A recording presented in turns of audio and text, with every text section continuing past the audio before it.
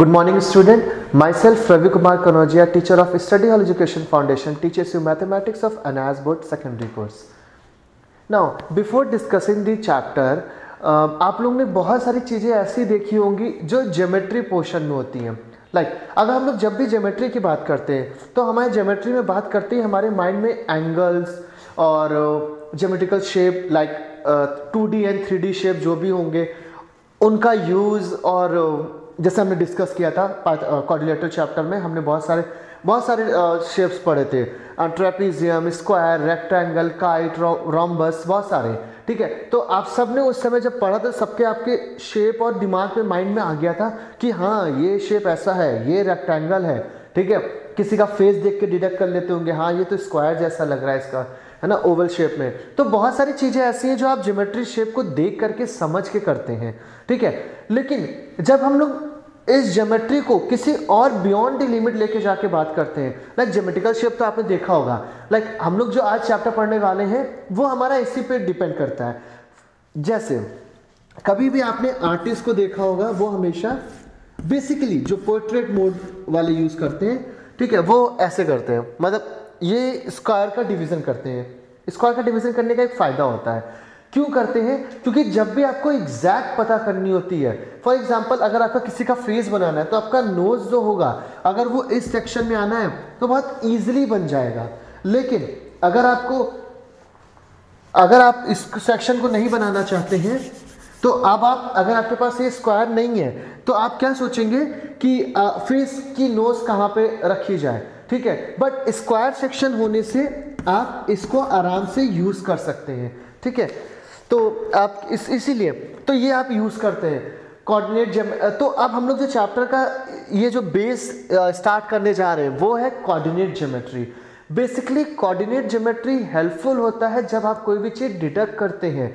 जैसे अगर मैं बताऊं एक और एग्जांपल आपको, फॉर एग्जांपल हम ये गोमती नगर में, हमारा इतना बड़ा है, गोमती नगर में अगर आपको विपुल खंड जाना है तो हम लोग इसको मार्क कर देंगे AB 1 and 2. तो जब हम लोग विपुल खंड जाना होगा तो हम लोग ये लोकेशन होगा. तो मतलब अगर आपके हिसाब से अगर ये कोऑर्डिनेट नहीं बने होते, अगर ये डिवीजन स्क्वायर के प्रॉपर नहीं हुए होते तो शायद आप इसको, फिर आपको मैप देखने में भी प्रॉब्लम होती. लेकिन अगर कोई भी बता सकता है आपको, अब आपको इजी क्या पड़ेगा, अगर आप किसी फ्रेंड से पूछेंगे तो वो कहेगा कि हाँ विपुल खंड इधर SRS की तरफ से जाओ, इधर JP की तरफ से जाओ, बीच में जो सेंटर पॉइंट पड़ेगा वो आपका क्या हो जाएगा, विपुल खंड. बहुत ईजी तरीके से बता दिया. लेकिन अगर आपको ये कोऑर्डिनेट नहीं होते तो शायद आप प्रॉब्लम में हो जाते. अंबेडकर पार्क से किधर से आ रहे होते, BBD की तरफ से किधर से आ रहे होते तो बहुत कंफ्यूजन होता.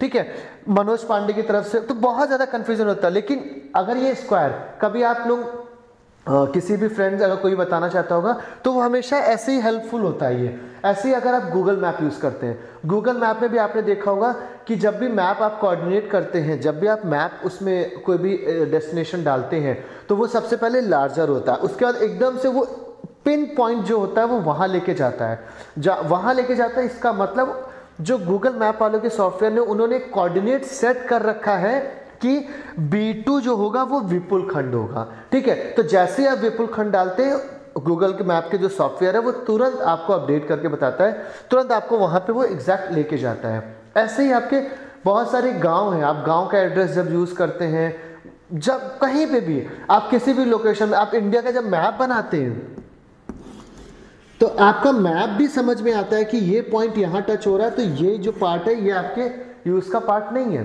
ठीक है, तो वही चीज है. तो कोऑर्डिनेट ज्योमेट्री बेसिकली इसी में ही डील करती है आपके, कि जब बहुत सारी चीजें ऐसी, जब विलेजेस को ढूंढना होगा, रोड्स बनानी होंगी या रोड्स बनाने का मैप देखना होगा, सिटीज देखनी होगी, तो जब हम लोग इसको बात करते हैं तो हम लोग इसके कोऑर्डिनेट्स को बात करते हैं. कोऑर्डिनेट्स बेसिकली होता ही यही है. अगर हम लोग, एक चीज़ और भी होती है, देखिए वैसे देखा जाए तो वर्ल्ड का बहुत बड़ा मैप है ना, गूगल मैप में आप सर्च करिए आपको सब दिखाई देगा. इसका मतलब हर एक चीज़, इवन गोमती नगर के विपुल खंड में आप जहां खड़े हैं उसका भी एक लोकेशन कोड होता है. बिना कोड के आप आगे बढ़ ही नहीं सकते. ये जो कोड मैं बता रहा हूं ना, इसी को बोला गया कोऑर्डिनेट. ठीक है, और ये क्योंकि ज्योमेट्री पोर्शन में आप इसको पढ़ रहे हैं इसीलिए ये कोऑर्डिनेट ज्योमेट्री हुआ। ठीक है, अब आपको समझ में आ गया होगा। बहुत सारी चीजें ऐसी हैं जो कंप्यूटर वाले बच्चों को तो वो तो अच्छे से समझ रहे होंगे इसको क्या होता है, कि कोड मतलब क्या होता है। ठीक है, तो बस वही है। कभी कभी ऐसा होता है आप ये नहीं कह सकते कि आप कह देंगे सर ये तो बिल्कुल आपने सही बोला कि ये विपुल खंड में होता है, लेकिन सर हमें जिस जगह जाना है उस जगह तो पता ही नहीं पाता Google map. I accept, I agree कि ये चीज नहीं हो सकता। अगर आप विपुल खंड में एग्जैक्ट लोकेशन पूछ रहे होंगे तो शायद नहीं बता सकता, लेकिन हाँ वो लमसम उसी के आसपास तो जरूर बताता है, क्योंकि कोऑर्डिनेट सेट करना बड़ा डिफिकल्ट काम होता है। यहीं पे अगर 10 कॉलोनी होगी तो 10 कॉलोनी के 10 कोड होंगे, तो आप सोचिए पूरे वर्ल्ड में कितने कोड होंगे। हर सिटीज का अलग कोड, हर सिटीज के अंदर डिस्ट्रिक्ट का अलग कोड, बहुत सारी चीजें हैं। ठीक है, तो वही चीज है, मतलब इसीलिए इसको क्या बोला गया कि कोऑर्डिनेट के हिसाब से एडजस्ट करना थोड़ा सा डिफिकल्ट हो जाता है, लेकिन हाँ कोऑर्डिनेट ज्योमेट्री बनाया ही इसी के लिए गया है ना। ये बहुत सारे इन्होंने बोला कि अब आप इस चैप्टर में क्या क्या बेसिकली पढ़ेंगे। पहला आप 3 चीज बेसिकली जो इसमें पढ़ेंगे वो है दैट इज आपको इसको पढ़ने से पहले आपको नंबर लाइन का आइडिया होना चाहिए। नंबर लाइन मैंने लाइन्स एंड एंगल्स में पढ़ाया था आप चैप्टर को। Fundamental operation, 4 fundamental operation, addition, subtraction, multiplication and division आपको पता होना चाहिए। And properties of right angle triangle, जो कि मैंने अभी आपको इससे पहले पढ़ा पाइथागोरस थ्योरम, एंड आपने स्क्वायर की प्रॉपर्टी भी पढ़ रखी है इन द चैप्टर क्वाड्रिलेटरल। ठीक है, तो आपको सब पढ़ा चुका हूं मैं। बेसिकली आप इसमें क्या पढ़ेंगे, प्लेन फिगर पे कैसे 2 चीजों का डिस्टेंस, यहां का डिस्टेंस और यहां का डिस्टेंस जब पता करना हो। आपने देखा होगा बहुत सारे लोग जाते हैं अपने साथ वो वॉच ले, कंपास लेकर के। ठीक है, वो ये सब डिस्टेंस का ही डिस्टेंस फॉर्मूला आप इसमें पढ़ेंगे, सेक्शन फॉर्मूला पढ़ेंगे आप, एंड सेंट्रॉइड जो होगा ऑफ अ ट्रायंगल का आप पढ़ेंगे। ठीक है, तो बेसिकली आप ये 3 चीज पढ़ेंगे। अगर आप कोऑर्डिनेट सिस्टम को, अगर मैं इसकी बात करूं,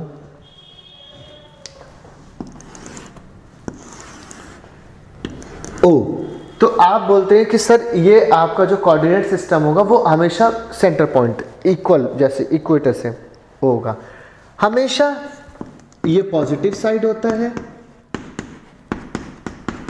ये डिस्टेंस 1 1 का है मेरे पास, स्केल का नहीं, तो मैं ऐसे ही आपको बता रहा हूं। और ये हमेशा नेगेटिव साइड होता है, नीचे फिर अगेन पॉजिटिव होगा, और ये अगेन ऊपर -1 -2 -3 नेगेटिव होगा।